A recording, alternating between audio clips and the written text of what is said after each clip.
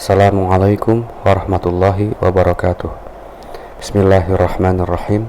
Alhamdulillahirabbil alamin. Wassalatu wassalamu ala nabiyyina Muhammadin wa ala alihi washabbihi ajma'in. Amma ba'du. Baiklah kaum muslimin yang dimuliakan oleh Allah dimanapun Anda berada, kita lanjutkan pengkajian kitab Syarhul Aqidatil Wasithiyah di Ibnu Taimiyah yang disyarah oleh Syekh Shalih Al Fauzan. Pada kesempatan kali ini kita memasuki halaman yang ke-13 ya. Pertama kita bacakan dulu matan kitabnya. Langsung saja. Bismillahirrahmanirrahim. Wa minal imani billahi al-imanu bima wasafa bihi nafsahu fi kitabihi wa wasafahu bihi rasuluhu Muhammadun sallallahu alaihi wasallam min ghairi tahrifin wala ta'dilin wa min ghairi takyifin wala tamtsilin. Dan termasuk beriman kepada Allah di sini adalah beriman kepada apa-apa yang Allah telah mensifatkan dirinya dengan sifat tersebut di dalam Al-Quran. Wa wasafahu bihi, dan juga beriman kepada apa-apa yang telah Nabi Muhammad sallallahu alaihi wasallam mensifatkan Allah dengan sifat tersebut, yaitu dengan cara min ghairi tahrifin, dengan tanpa mentahrif, wala ta'tilin, dan juga dengan tanpa mentaktil, wa min ghairi takyifin, dan juga dengan tanpa mentakyif, dan juga dengan tanpa mentamtsil ya. Seperti itu nanti akan dijelaskan makna tahrif, ta'til, takyif dan tamtsil oleh Syekh Shalih Al Fauzan di bawah. Kita baca syarahnya. Asyarhu.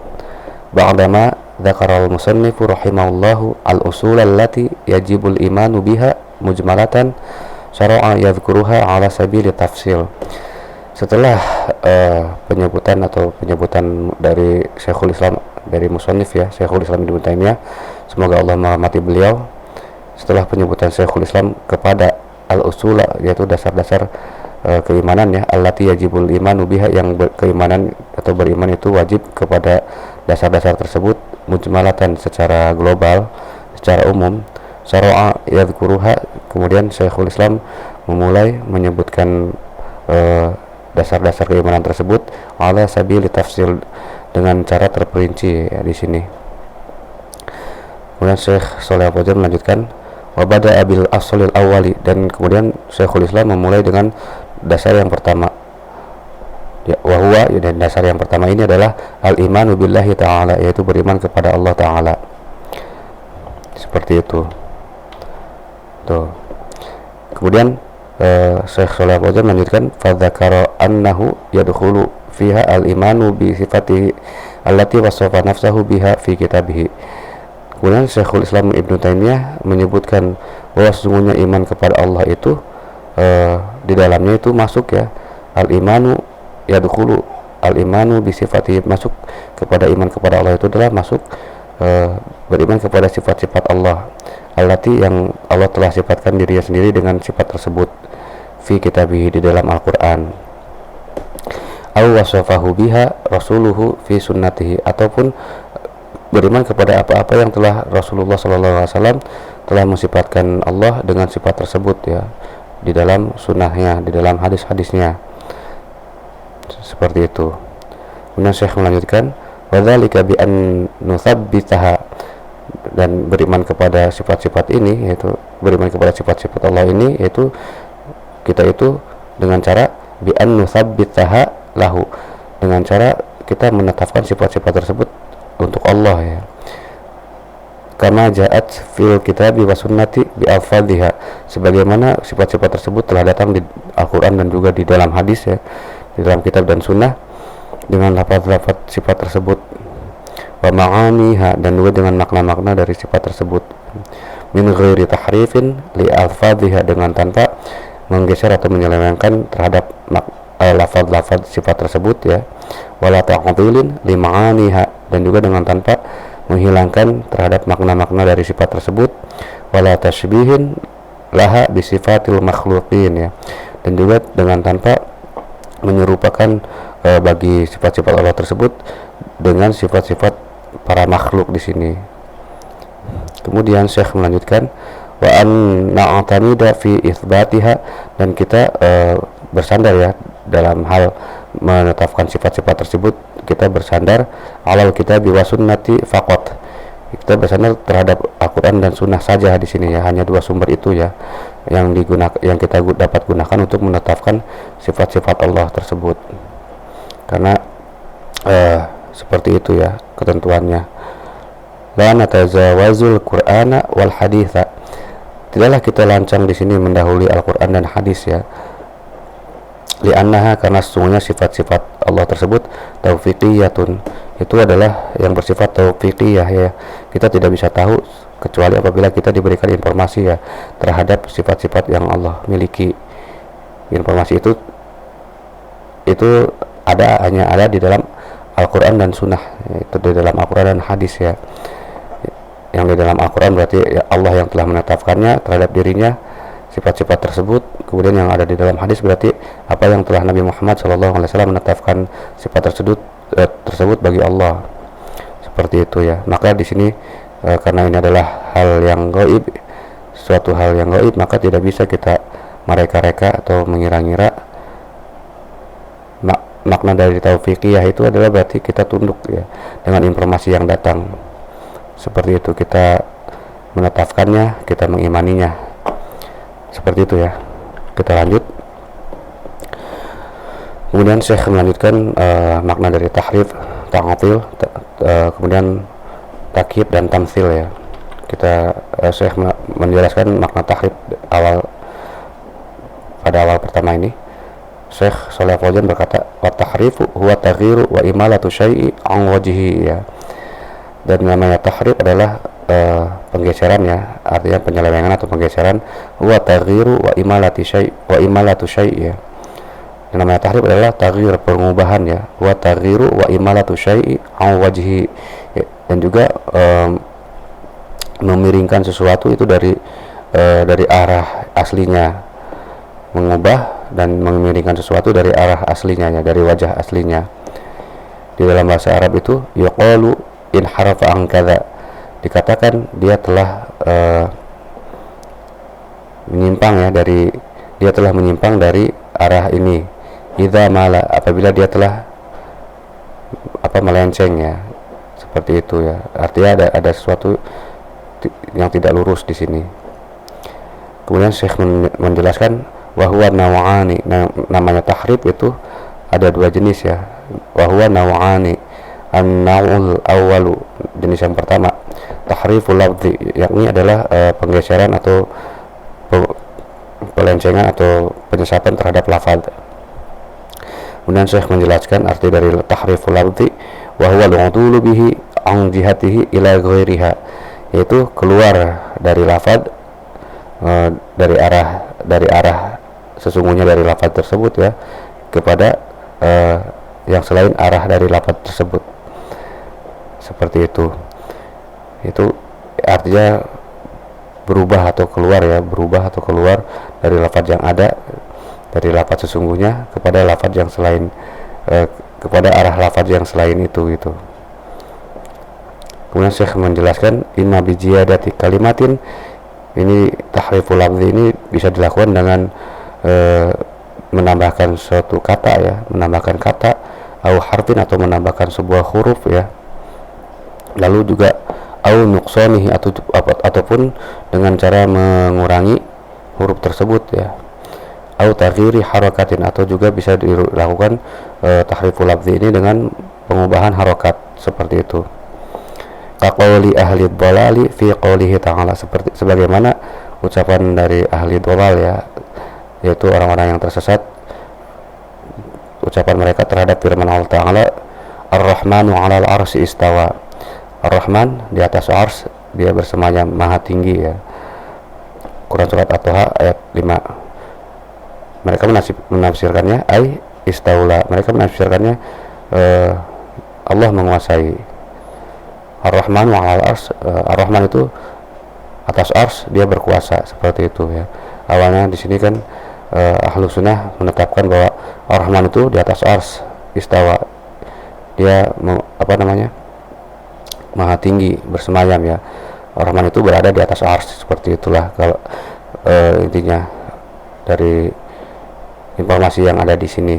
Cuma mereka mengubah dari istawa ini menjadi istaula, pemaknaannya atau penafsirannya. Kemudian Syekh menjelaskan Fazadu fil ayati harfan, maka di sini mereka telah menambahkan di dalam ayat tersebut sebuah huruf ya, yaitu huruf lam, yang tadinya istawa menjadi istaula, seperti itu ya.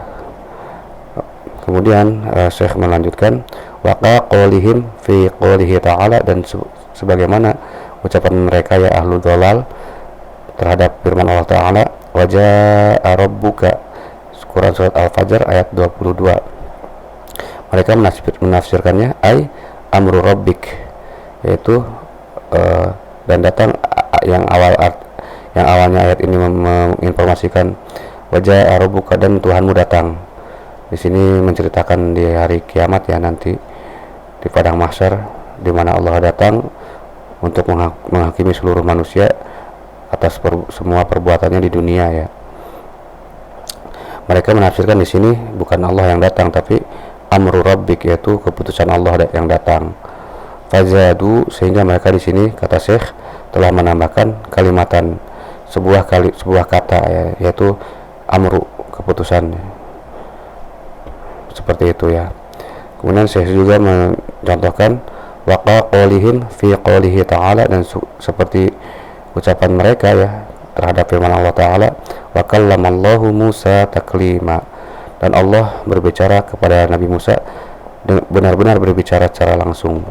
Ini Al-Quran surat An-Nisa ayat 164. Mereka mengatakan ini binasbil lafzul jalalah, dengan menasabkan lafzul jalalah Allah ya di sini, sehingga mereka membacanya wa kallamallaha Musa taklima. Faghayyarul harakata i'rabiyah, faghayyarul harakatal i'rabiyah, sehingga mereka di sini telah merubah harakat yang bersifat keiraban ya. Keiraban itu artinya hal-hal yang bisa menentukan mana kata yang berposisi sebagai fa'il, sebagai pelaku, sebagai objek, sebagai predikat gitu ya.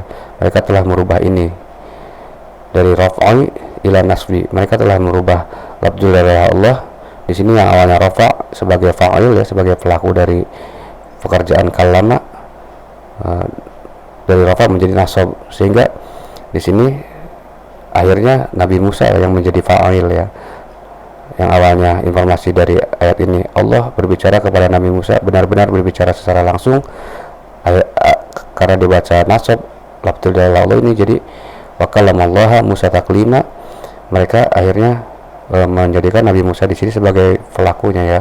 Dan Nabi Musa yang artinya begini ya, dan Nabi Musa telah berbicara kepada Allah, benar-benar berbicara secara langsung, seperti itu. Mereka melakukan ini karena tidak mau ya memiliki atau tidak mau beriman kepada Allah berbicara kepada Nabi Musa, padahal Nabi Musa sendiri kan memiliki gelar ya Kalimur Rahman, yaitu orang yang benar, yang diajak berbicara secara langsung oleh Allah Subhanahu wa Ta'ala, sehingga Nabi Musa memiliki gelar Kalimur Rahman.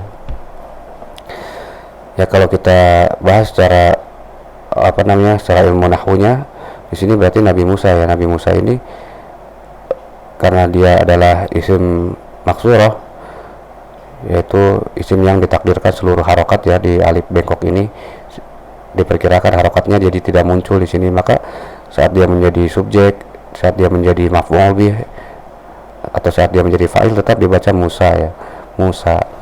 Kalau kita baca bait alfiyahnya, wasami mu'talan minal asma'ima kal mustafa wal murtaqi makarima fala walul i'rabu fihi qudira jami'uhu wa walladhi qad kusira wa thani manqusun wa nasbuhu zuhar wa rafuhu yun wa kadha ayudan yujar. Ya, Nabi Musa ini ya karena isimnya berbentuk alif lazimah ya, yang sebelum dari alif ini ada harokat fathah, maka ini sama dengan isim yang di bait alfiyah Mustafa ya. Fal awalul i'rabu fihi qudira, maka yang Mustafa itu yang awal i'rab itu ditakdirkan seluruhnya ya, mau fathah, mau dhammah, mau kasrah, atau mau rafa, mau nasab, mau majrur, maka di sini tetap dibaca Musa, sama seperti isim Mustafa ya dari dalam bait alfiyah, seperti itunya. Jadi mereka tidak mau menetapkan bahwa Allah itu berbicara. Mereka maunya Allah itu menurut pasangan mereka Allah itu tidak layak berbicara. Jadi mereka inginnya Allah itu bisu ya. Mereka ingin mempunyai Tuhan yang cacat seperti itu. Padahal informasi di sini jelas ya, Allah benar-benar berbicara kepada Nabi Musa. Artinya Allah tidak bisu. Allah itu mampu maha berbicara ya dalam hal ini. Bahkan Al-Quran pun disebutnya kalamullah, yaitu ucapan Allah ya. Berarti di situ Allah telah berucap. Seperti itu ya. Karena menolak, maksud dan tujuannya adalah untuk menolak Allah memiliki sifat kalam di sini. Apa yang mereka lakukan. Oke. Kita lanjutkan ke jenis yang kedua, yaitu an-naw'u tsani, yang jenis yang kedua tahriful makna. Yakni yang namanya tahriful makna adalah al-udulu bihi an wajhihi wa haqiqatihi ya, yaitu keluar dari makna, dari arah sesungguhnya dan hakikat makna tersebut ya, keluar dari makna sesungguhnya, dari makna yang ada ya. Wa yaqta'u lafzi makna lafzin akhar, dan mendatangkan lafaz tersebut kepada lafaz yang memberikan makna tersebut, memberikan lafaz tersebut makna lafaz yang lainnya, makna lafzin akhar, kaqaulil mubtadi'ah, seperti ucapannya ahli bid'ah ya, inna ma'na rahmati iradatul in'am, iradatul in'am ya, inna ma'na rahmati iradatul in'am, sesungguhnya makna rahmat atau kasih sayang itu adalah keinginan memberikan kenikmatan ya. Wa inna ma'na ghadabi iradatul intiqam, dan sesungguhnya makna dari marah yaitu adalah iradatul intiqam, keinginan untuk membalas. Ini mereka lakukan ya, karena mereka tahriful makna, yang melakukan tahrif ini memiliki keyakinan bahwa Allah tidak memiliki sifat kasih sayang dan juga Allah tidak memiliki sifat marah ya di sini. Padahal Allah sendiri mengatakan bahwa Allah itulah dzur rahmah, yaitu pemilik kasih sayang. Sehingga Allah di situ mensifatkan dirinya dengan sifat rahmat. Kemudian di ayat yang lain Allah mengatakan wa ghadiba alaihim wa la'anahum, dan Allah marah kepada mereka dan Allah melaknat mereka ya. Di situ Quran surat Al-Fajr yang menceritakan bahwa Allah marah dan Allah melaknat kepada orang-orang yang musyrik ya. Seperti itu. Jadi mereka menolak bahwa Allah memiliki sifat marah, dan juga Allah juga menolak mereka memiliki sifat rahmat. Seperti itu ya. Kita lanjutkan syarahnya. Kemudian lafaz yang kedua, maaf, ada sesuatu yang harus kita hapus dulu karena memori penuh ya di sini.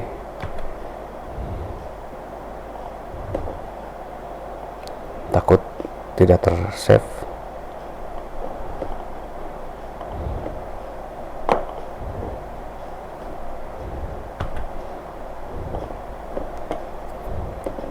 Kita lanjutkan.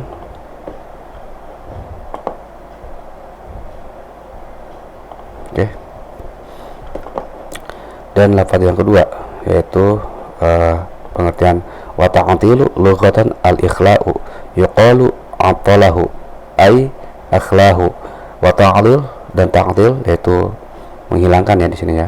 Secara bahasa al-ikhla'u yaitu mengosongkan, yuqalu dikatakan atalahu, dia menghilangkannya, ay akhlahu, dia mengosongkannya.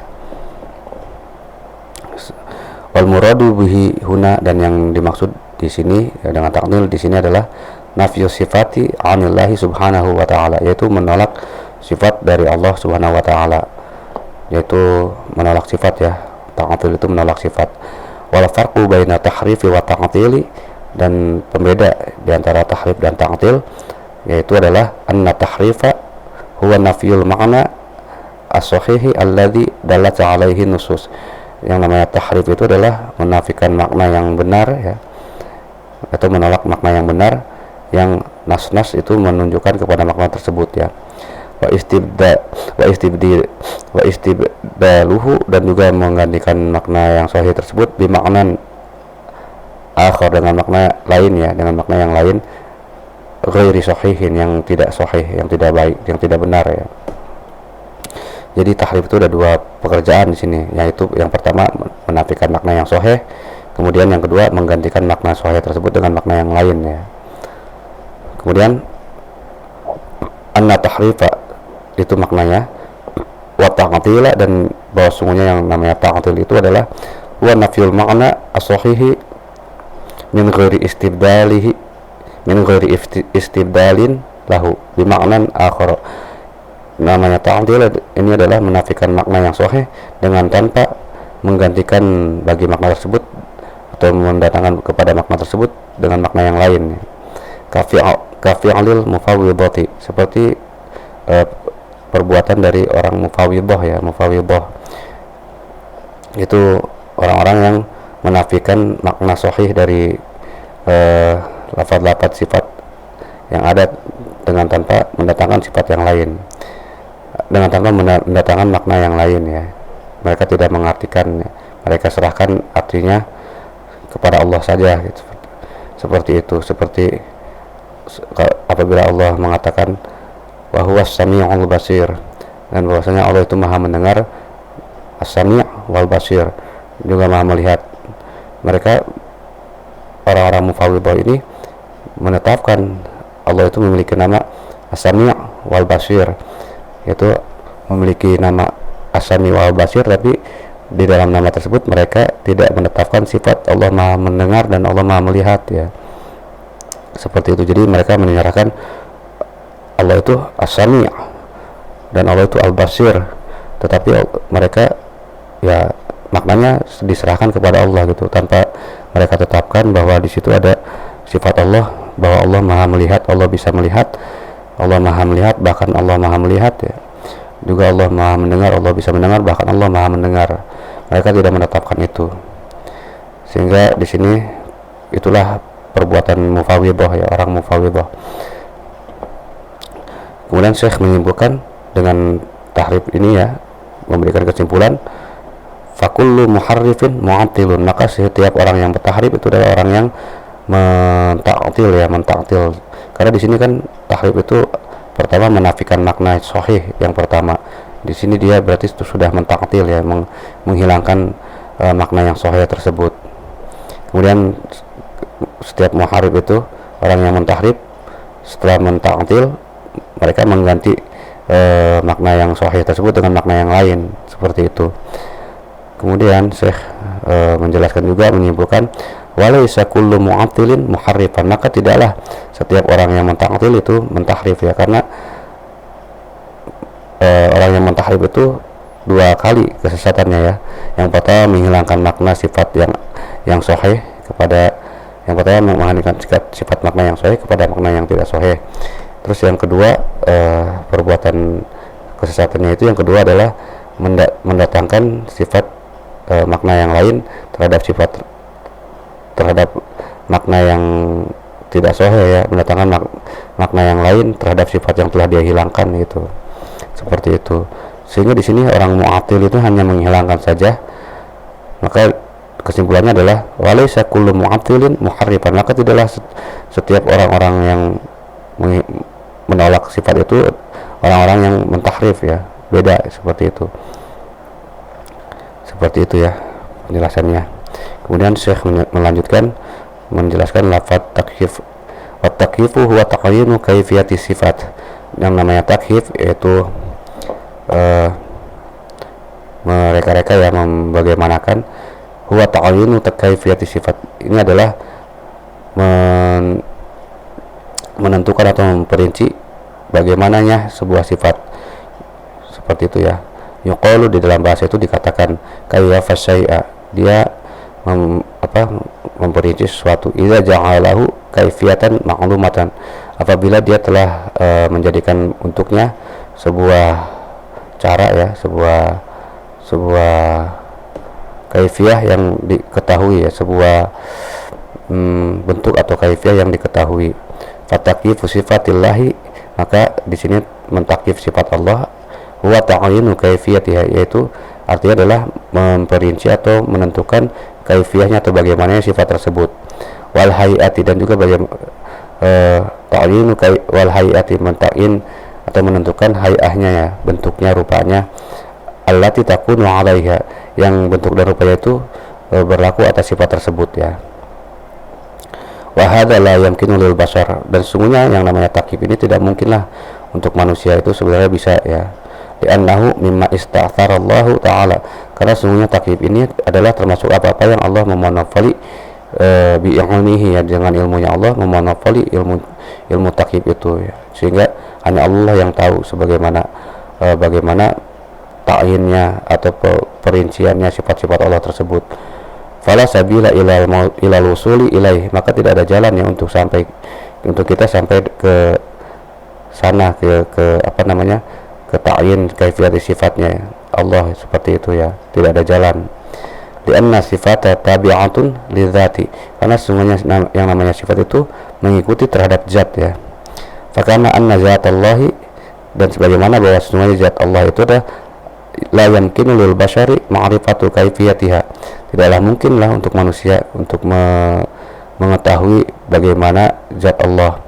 Fakadzalika sifatuhu, maka seperti itu juga sifatnya Allah ya subhanahu wa ta'ala. La tu'alamu kaifiyatuha, maka tidaklah diketahui bagaimananya sifat Allah tersebut ya, ta'yinnya atau perinciannya sifat Allah tersebut bagaimana, tidak diketahui. Walihadza lamma su'ila al-imamu Maliku, dan karena inilah ketika al-Imam Malik ditanya ya rahimahullah, semoga Allah merahmati beliau, faqila lahu, maka dikatakan kepadanya, Ar-Rahmanu 'alal arsy istawa, Ar-Rahman itu di atas arsy dia bersemayam. Kaifa istawa, bagaimana Allah bersemayam wahai Imam Malik? Faqala, maka Imam Malik mengatakan ya, menjawab, al-istiwa'u ma'lumun, yang namanya istiwa itu diketahui, wal kaifu majhulun, sedangkan bagaimana itu tidak diketahui ya, bagaimana atau caranya itu tidak diketahui ya. Wal imanu bihi wajibun, sedangkan beriman kepada istiwanya Allah itu wajib. Wasu'alu anhu bid'atun, dan bertanya bagaimananya istiwanya Allah itu, bertanya tentang istiwanya Allah itu adalah bid'ah ya. Seperti itu ya, Imam Malik menghukumi bahwa pertanyaan tentang istiwanya Allah bagaimana itu adalah bid'ah. Wa hadza yuqalu fi sa'iri sifati, maka metode Imam Malik ini, kata Syekh Shalih Al-Fauzan, itu dikatakan ya untuk seluruh dari sifat-sifat Allah Ta'ala. Takyif ya, di sini mereka-reka, termasuk di situ mereka-reka bagaimana sifat Allah masuk terhadap takyif ya. Contoh, apabila kita mengatakan bahwa kita melihat, Allah pun maha melihat ya, berarti kita melihat, cuman pandangan kita itu terhalang dengan benda-benda yang ada di depan kita ya, misalkan tembok, atau apabila ada kendaraan kita tidak bisa melihat melewati benda tersebut ya yang menghalangi pandangan kita. Kita mengetahui bahwa penglihatan Allah itu adalah maha sempurna ya. Kita mengatakan bahwa tidak ada yang bisa menghalangi pandangan Allah, berarti Allah itu bisa melihat ya, dengan sama seperti saat apabila kita menggunakan sinar X itu ya, X-ray, kita bisa menembus pandang beberapa, atau dengan gamma ray ya, kita bisa menembus pandangan tersebut ya. Terus apakah Allah berarti melihat dengan X-ray, dengan gamma ray, atau dengan inframerah, atau dengan yang lainnya? Mungkin Allah seperti itu ya. Nah, ini yang takyif seperti itu. Kita mereka-reka, kita menentukan, kita memperinci bagaimana sifat maha melihatnya Allah itu diulik-ulik ya, direka-reka, kemudian karena kita memiliki sebuah pengetahuan mengenai sinar X, sinar gamma, inframerah, seperti itu, kita jangan-jangan Allah itu melihat dengan spektrum yang gelombang elektromagnetik yang dari gamma ray, terus sampai ke inframerah, sampai ultraviolet, segala macam ya. Itu yang kita nggak bisa ya. Yang namanya takyif itu seperti itu ya, mereka-reka bagaimana Allah melihat, itu yang tidak bisa, karena itu adalah termasuk dari apa-apa yang Allah memonopoli ya ilmunya, dengan ilmunya tersebut. kita tidak diberikan ilmu kecuali hanya pengetahuan mengenai bahwa Allah Sami'un Basir, Allah Maha mendengar dan Allah Maha melihat. Ya kita imani saja seperti itu tanpa mereka-reka ya, tanpa otak ini memikirkan bagaimana Allah Maha melihat. Kita imani apa adanya seperti itu ya. Kemudian Syekh Shalih Al-Fauzan melanjutkan makna tamtsil ya, wa tamtsilu wa tasbihu. Yang namanya tamtsil ini adalah menyerupakan, bi ayyuqala, yaitu dengan cara dengan dikatakannya inna sifatillahi, sungguhnya sifat Allah itu mithlu sifatil makhluqin, itu semisal dengan sifat-sifat makhluk ya. Ka ayyuqala, seperti bahwa apabila dikatakan yadullahi ka aydina, tangan Allah itu seperti tangan-tangan kita, wasama'uhu, dan juga pendengarannya Allah itu kasama'ina, seperti pendengaran kita. Ta'alallahu an dzalika, Maha suci Allah, Maha tinggi Allah dari ucapan seperti ini ya. Karena di sini sudah menyerupakan sifat-sifat Allah kepada sifat-sifat makhluknya. Qala ta'ala fil ayati min surati surah ya. Allah Ta'ala berfirman di dalam ayat 11 dari surat Asy-Syura, laisa kamitslihi syai'un wa huwas sami'ul basir.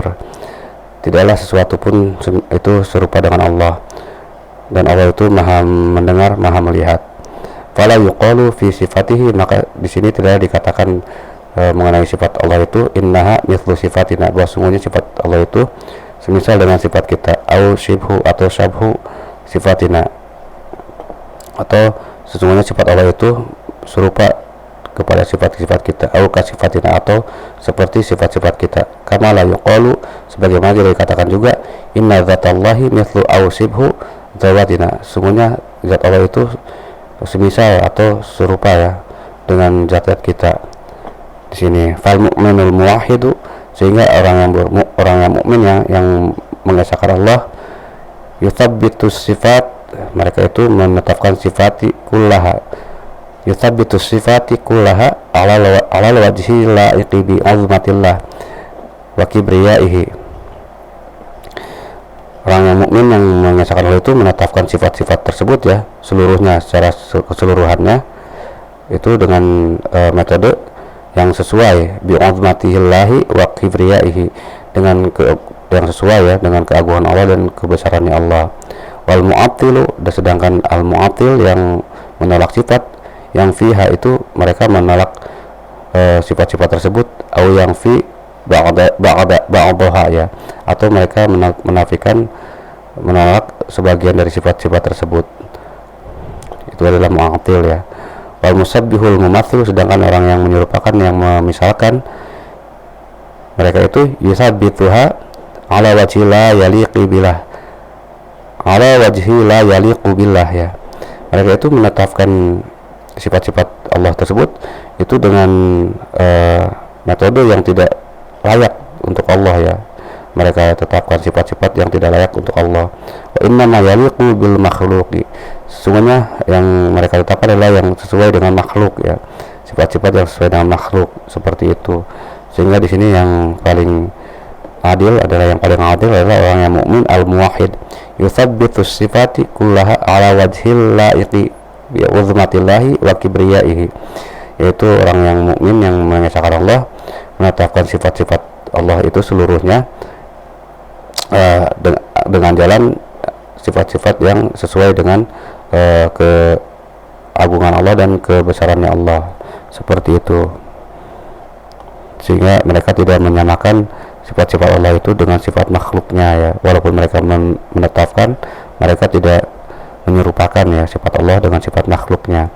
Mereka menghindari takyid, itu mereka menta'yin kaifiyati sifat, mereka juga menghindari tamtsil ya, sehingga otak mereka lurus ya, tidak menyimpang gitu, pemikirannya tidak menyimpang, hatinya beriman terhadap setiap informasi yang Allah berikan. Mungkin pada kesempatan ini saya cukupkan sekian, saya rasa cukup ya. Wabillahi taufiq wal hidayah. Wassalamualaikum warahmatullahi wabarakatuh.